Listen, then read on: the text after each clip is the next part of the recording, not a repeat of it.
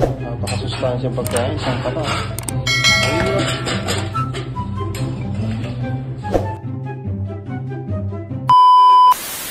Nilagang baboy. Baboy. Oh, nilagang baboy. Ayan. May mga taba-taba pa yan, oh. Wala nga ng balat.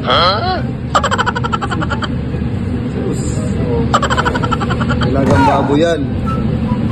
Ayan, oh. Taba-taba pa yan, oh. Nilagang baboy. Request ni Kabayan. Sus, jackpot na naman si Kabayan. Nakababoy. Baboy Saudi. Yun. At ngayong araw nga magluluto tayo ng nilaga. Nag-request kasi si Kabayan sa akin. Baka pwede ko daw siyang ipagluto ng nilaga. Siyempre, pagbibigyan natin ang request ni Kabayan. Pasintabi po pala, hindi po talaga tunay na baboy. Baboy imagination lang kasi nagkikrave na talaga kami.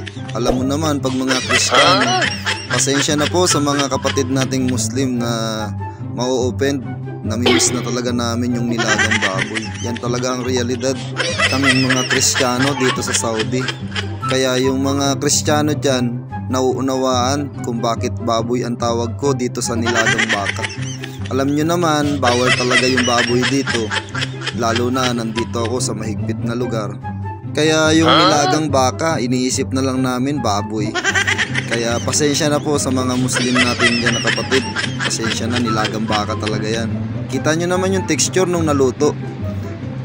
Like I said sa mga nauna kong video, dito sa trabaho ko lahat na ng klase ng luto, sa karning baka, sa karning manok, lahat na ng klase ng luto na Filipino dish naluto na namin. Kaya itong nilagang baka, normal na lang na pagkain dito sa amin. Kung sa labas, special talaga to. Kita mo naman yung sahog niya. Talagang sobrang special niya. Kaya pag nakikita ng mga tagalabas to, yung mga kababayan natin dyan na pinagbibigyan ko sa labas, talagang takam na takam sila. Pero ang reality dito sa amin sa loob, medyo nauumay na kami.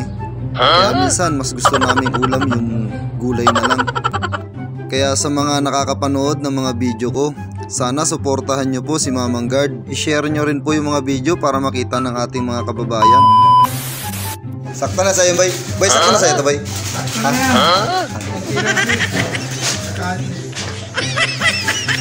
Kawawa naman tropa ko, naubusan. Sama loob nito. Ito lang natira sa kanya. Sus, talaga. Kawawa naman yan lang natira, oh. Pero masarap, bay. Sarap. Pwede na. Winner.